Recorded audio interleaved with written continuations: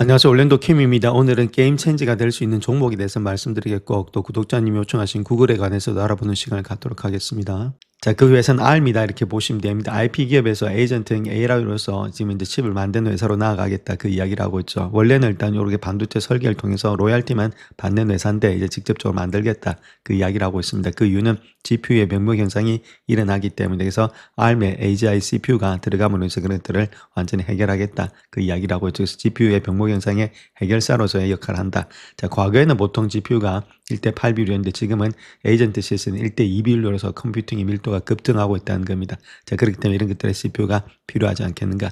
자, 그래서 지금 이제 기술적인 해자로 본다면 136개 네오버스 V3에 코어가 탑재되고 있고 그 다음에 300W의 지금 압도적인 전력도 좋고 그 다음에 코어당에 본다면 세컨에 6GB의 메모리에 대역폭도 좋다. 그래서 뭐 기술적으로 본다 하더라도 여러 가지 모습의 전력의 효율성이라든지 이런 것들 시간을 단축해 준다는 것들 이런 것들의 기술적인 혜자가 있다는 거겠죠.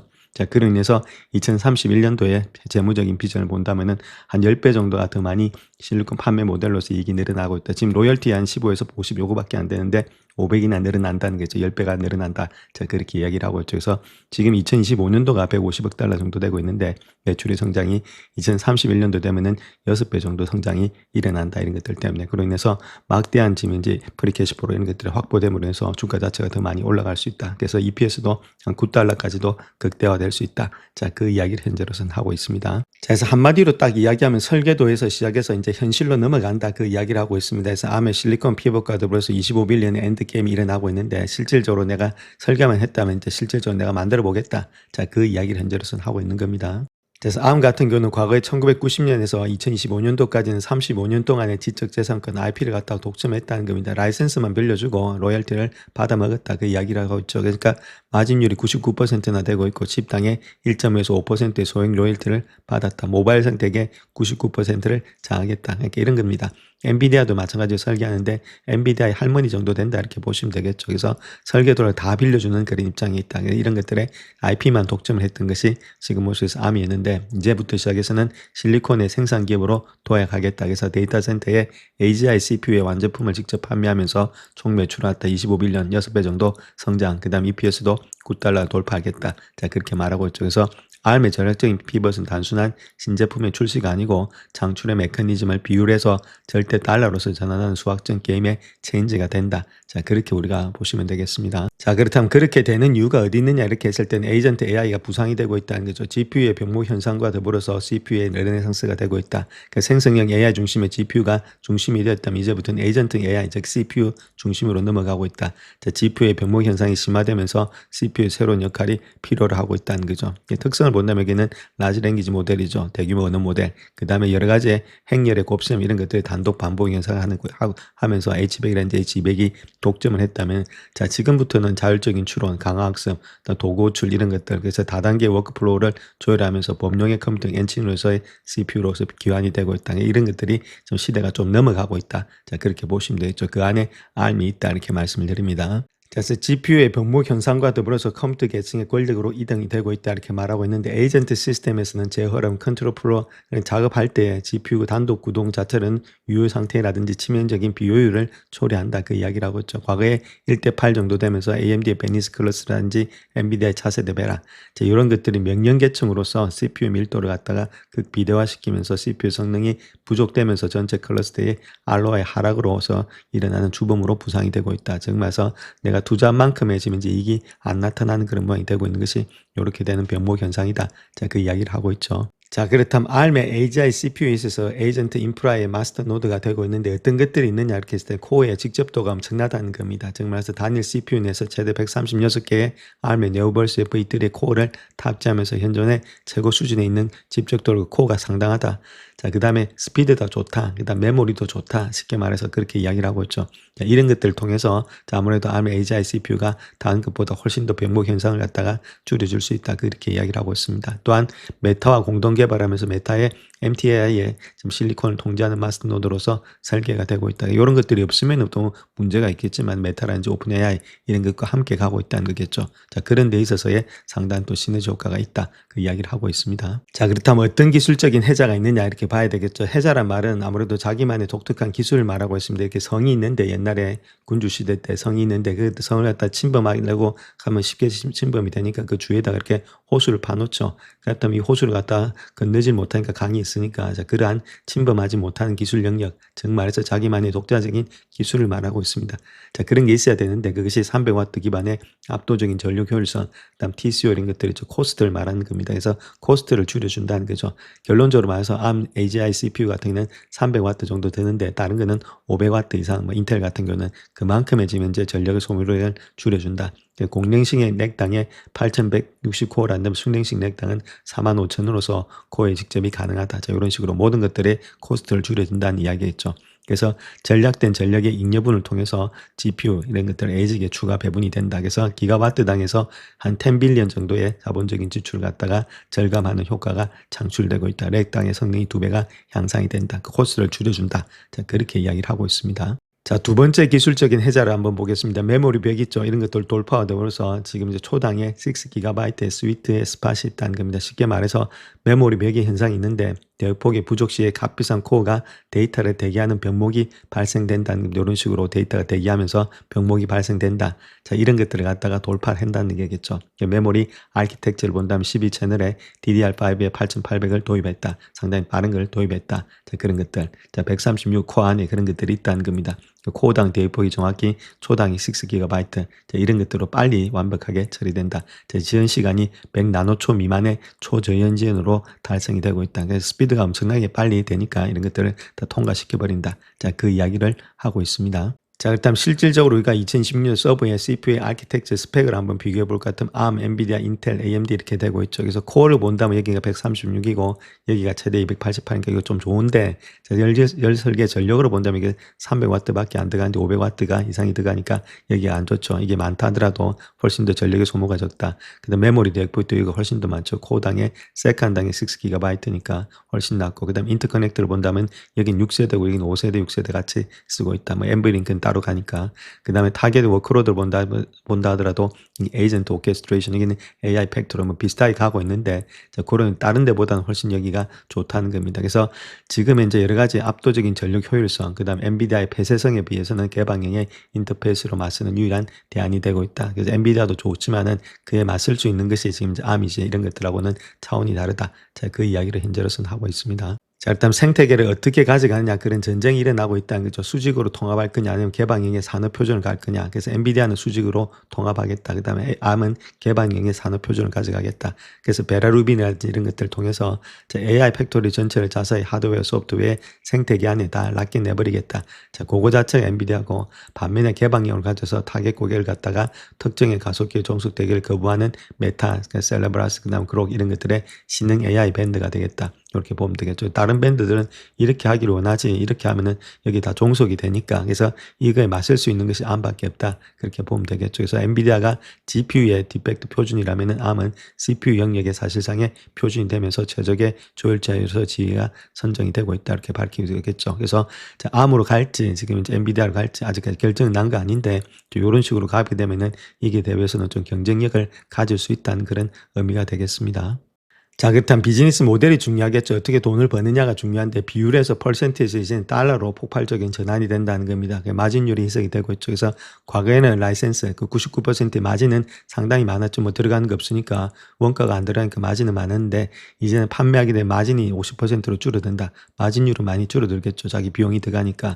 자, 그럼에도 불구하고 수익이 폭발적이라는 겁니다. 옛날에는 한 15에서 50달러 됐다면 이제 500달러까지 늘어난다. 10배가 늘어난다는 겁니다. 그래서 비율의 함정에서 벗어나야지만 된다. 그래서 마진율은 낮추지만은 실질적으로 칩 단위당의 대차조표에 들어오는 현금은 10배 이상 폭증시키는 막대한 재무적 레비리지다. 즉 말해서 어느 정도 비용은 들어가지만 그에 따른 이익이 많이 발생된다. 자, 그 이야기를 하고 있습니다. 자, 그다음 또 봐야 될 것이 채널의 갈등의 딜레마를 극복하면서 가산적인 타겟팅의 전략 맵이 된다 이렇게 말하는데 말이 어려운데 쉽게 말해서 이런 겁니다. 충돌을 회피하고 자기가 원하는 그런 타겟팅을 할 수 있다 그 이야기 되겠죠. 그래서 뭐 마소라든지 아니면 구글이라든지 지금 이제 AWS 이렇게 아마존 이런 것들은 엄청나죠. 그래서 R&D가 자체적으로 완비된 초대형의 하이퍼스케일러 이런 것들이 기존 고객들하고는 좀 피하고 자기가 원하는 고객들이 있죠. 뭐 SK텔레콤, ASP, SAP 이런 것들 메타 이런 데 집중할 수가 있다 그 이야기를 하고 있습니다. 그래서 기존의 생태계를 잠식하지 않고 독자칩 설계 자본력이 부족한 거대 시장을 흡수해서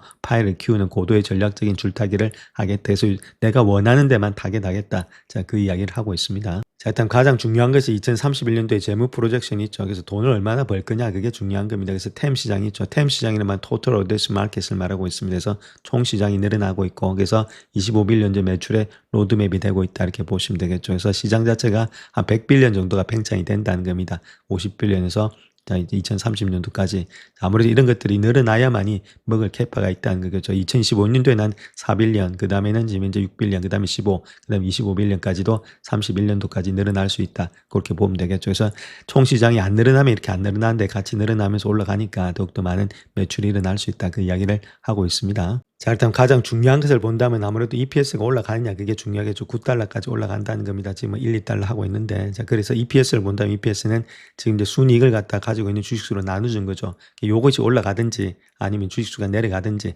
둘 중에 하나죠. 근데 이게 더 올라가는 게 더 중요한데 얘는 이게 두 개 다를 한다는 겁니다. 9달러가 되는 이유가 자, 비즈니스가 일단 아무래도 창출하는 막대한 칩당에 절대의 현금이 들어온다. 그래서 현금이 들어온다는 말 이익이 많이 늘어난다는 이야기 되겠죠. 자, 거기다가 프리캐시 프로 이런 걸 통해서 자사주를 갖다가 바이백 한다는 게 있죠. 하면 주식수는 그럼 이익도 늘어나는 데다가 자사주를 갖다가 매입해버리니까 주식이 줄어들어 버리죠. 그러니까 두 개다가 일단 내려가고 올라가니까 올라갈 수밖에 없는 그런 입장에 있다. 그렇게 말하고 있습니다. 그런 것들이 아무래도 지금의 주가 상승의 원동력이 된다. 그 이야기를 하고 있죠. 자, 그렇다고 해서 항상 리스크가 없는 건 아니죠. 모든 회사에는 리스크가 있습니다. 공급망에 아킬레스건과 파운드의 병목이 있을 수가 있다. 이렇게 말할 수 있겠죠. 그래서 거대한 수요는 폭발되고 있는데 자, 메타, 오픈AI 등 50개 이상의 파트너의 강력한 지지란 에이전트의 AI 인프라 확장이 되고 있다. 근데 TSMC가 제조 공정을 할 때 이게 아킬레스건이 되고 있다는 거죠. 애플, 엔비디아, AMD 이게 3나노의 웨이퍼의 활당량 확보 경찰 등이 심화될 수 있다. 여기를 거쳐가야 되는데 여기가 아킬레스건인데 이건 뭐 다 줄 수 있는데 실질적으로 만드는 여기니까 그래서 초기에 매출 실현 자체가 얼마가 될지 이런 것들 그래서 위험 과제는 훌륭한 아키텍처 설계를 넘어서 2020년도 하반기에 상용 시스템 확장을 위한 충분한 TSMC의 웨이퍼 캐파 확보가 지금 1빌리언의 초기 매출 달성의 유일한 변수가 되고 있다. 그래서 가장 중요한 것이 TSMC가 얼마만큼의 제조 경쟁을 잘해주느냐 여기에 따라서 지금 이제 아무래도 매출이 많이 늘어났냐 아니면 적게 늘어났냐 자 그렇게 될 수가 있다. 자 그렇게 우리가 그런 아킬레스건이 있다 이렇게 말씀을 드립니다.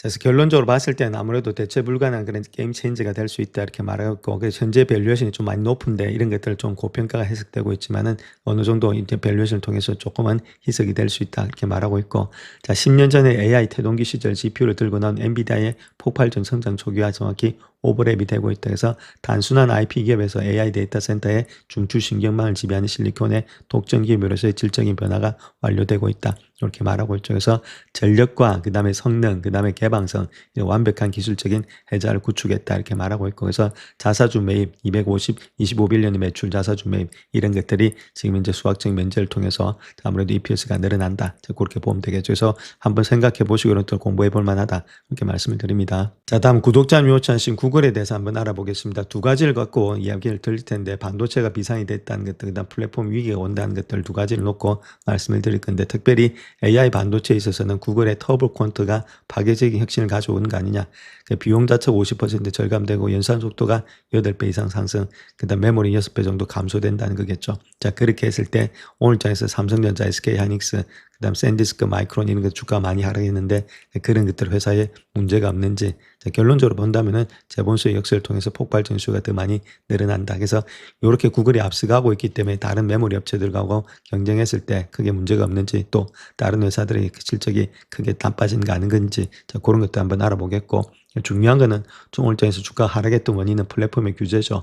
자, 도파민 설계에 대한 사법적인 설태가 있었다는 겁니다. 그래서 천문학적인 직물적인 손해배상 리스크가 있겠고 타겟팅을 광고하는 비즈니스 모델의 위기가 오는 거 아니냐. 자, 거기에 대해서 한번 알아볼 건데, 자, 이런 것들도 이제 전반적으로 지금 이제 결론적으로 봤을 때 약간의 지금 이제 움츠림이 있겠지만 결론적으로 보면 크게 문제는 없을 것으로 보여지고 있다. 자, 이렇게 먼저 말씀드리겠고 좀 깊이 있게 한번 알아보겠습니다. 그래서 아까 이야기했던 두 가지를 깊이 있게 한번 본다면 터보 콘트 있죠. 이런 알고리즘이 전격 공개가 됨으로 인해서 출연 비용이 50%가 급감되고 있고 생성형 AI 로컬 디바이스의 이식이 가속화되면서 메모리 수요는 더 많이 폭발될 거다. 자, 그렇게 보면 되겠고, 자, 그에 대해서 지금 트리거가 되는 것은 또 메타하고 구글의 소셜미디어의 중동 소송에 배심해서 패소가 됐다는 거겠죠. 자, 그로 인해서 이런 것들이 무한 스크롤이라든지 이런 것들이 강제 규제가 되는 거 아니냐. 그래서 타겟팅의 광고 수익 모델이 영구 훼손되는 거 아니냐. 자, 요 두 가지가 현재에서 가장 큰 구글의 문제점이다. 그 이야기를 하고 있죠. 하나는 뭐 장점이고 하나는 단점이다. 이렇게 말씀드립니다. 자, 일단 터보 콘트가 어떤 것인지 거기에 대해서 한번 알아보겠습니다. 쉽게 말해가지고 뭐 다른 게 없습니다. 우리가 알기 쉽게 이야기하면 여러 가지 일단 병목이 영상 많이 들어오니까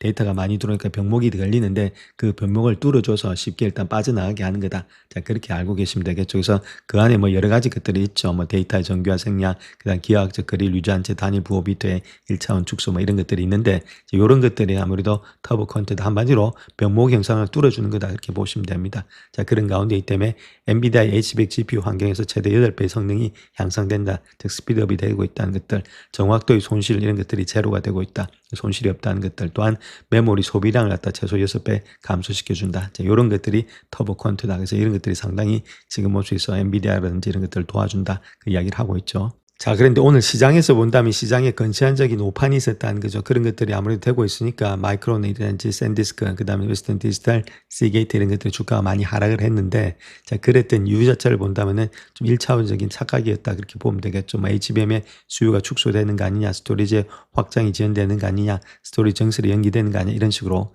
자, 그렇게 했는데 실질적으로 본다면 더 많이 수요가 전이되면서 수요가 많이 다 더 일어난다. 그 이야기를 하고 있죠.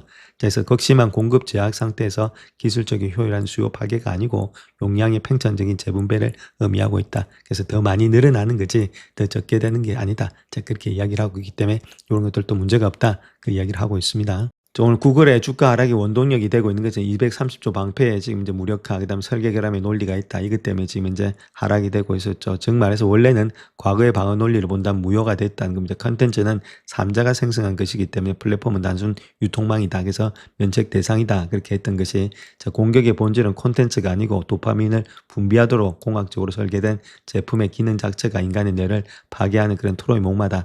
요것 때문에 이제 요거냐 그 이야기를 하고 있죠. 그래서 무한 스크롤이라든지 자동 재생, 그다음 푸시 알람이라든지 뷰티 필터 이런 것들을 통해서 불법적으로 설계된 거 아니냐. 자, 이런 것들이 지금 이제 리스크가 있다는 거겠죠. 그럼 이걸 통해서 정말로 주가가 완전히 폭락을 하느냐. 자, 거기에 대해서 한번 알아봐야 되겠죠. 자, 그래서 요거 자체가 조금 더 악의의 입증이라든지 징벌적인 손해배상으로서 어떤 연쇄 폭발이 될 수 있다는 겁니다. 지금 본다면은 3밀리언 정도로 되면서 메타가 70%, 구글이 30%다 이렇게 했는데, 자, 악의의 입증이 되면 기업의 책임이 있다는 거겠죠. 그래서 우리는 마약 미멸상이다 이런 식으로 해서 더욱더 많은 기업의 책임을 묻는다. 자, 그렇게 했을 때는 징벌적인 배상의 최고승수를 적용할 수 있다 이렇게 말하고 있죠. 그래서 이런 것들은 뭐 제 1인당 광고 1인당 원고 1인당에 27밀리언까지도 갈 수 있다. 360억 정도의 리스크. 거기다가 더 많이 일단 도미노가 된다면 뭐 이건 엄청나겠죠. 자, 그런 식으로까지 갈 수 있는 거 아니냐. 현재로서는 그렇게 이야기를 하고 있죠. 자, 그래서 최악의 시나리오를 본다면 타겟팅 수익 엔진의 구조적인 붕괴가 일어날 수 있다. 즉 말해서 무한 스크롤이 금지되면은 다음 페이지로 넘어가는 버튼 클릭에 의식적인 틈이 발생하면서 앱이 종료된다. 자, 그러면서 아무래도 시간이 세션에서 체류하는 시간이 반토막이 될 거다. 체류 시간이 감소되면은 알고리즘 피드 내에서 스폰서 광고가 아무래도 되는 것들이 공간이 증발된다. 그래서 억지로 광고 밀도를 높이시는 이탈률이 급증이 된다.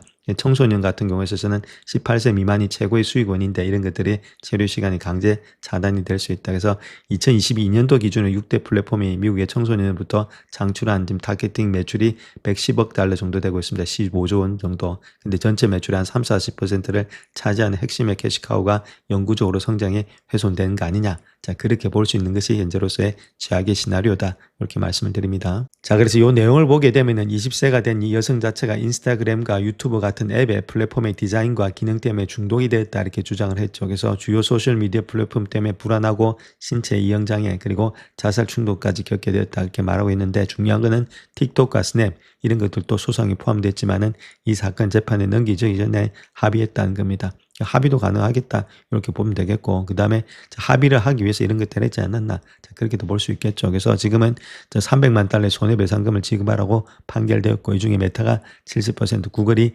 나머지를 부담해야 지금다 30%, 그 추가적인 징벌적인 손해배상도 검토되고 있다 이렇게 말하고 있는데, 자, 합의하지 않겠다는 거죠. 지금 이제 원고 측 입장에서 본다면은 메타하고 구글은 자, 그런 가운데 있기 때문에 이번에 판결을 존중한다. 메타는 그럼에도 불구하고 종의하지 않는다. 그래서 법적 대안을 할 거다. 그렇게 말하고 있습니다. 그러면 뭐 이걸 항소해서 지금 상고까지 가고 이러면 적어도 5년 이상은 또 시간이 걸립니다. 자, 그런 가운데 있기 때문에 쉽게 끝나진 않고 단지 약간의 하락은 있을 뿐이고 또 지켜봐야 될 문제겠죠. 그래서 시간이 또 지나가면 그때 어떻게 될지 모르기 때문에 오늘 장에서는 이런 것 때문에 하락되는 것은 일시적인 하락이다. 이렇게 말씀을 드립니다. 영상을 끝까지 시청해 주셔서 감사합니다. 영상이 도움이 되셨다면 구독과 좋아요 부탁드립니다. 감사합니다.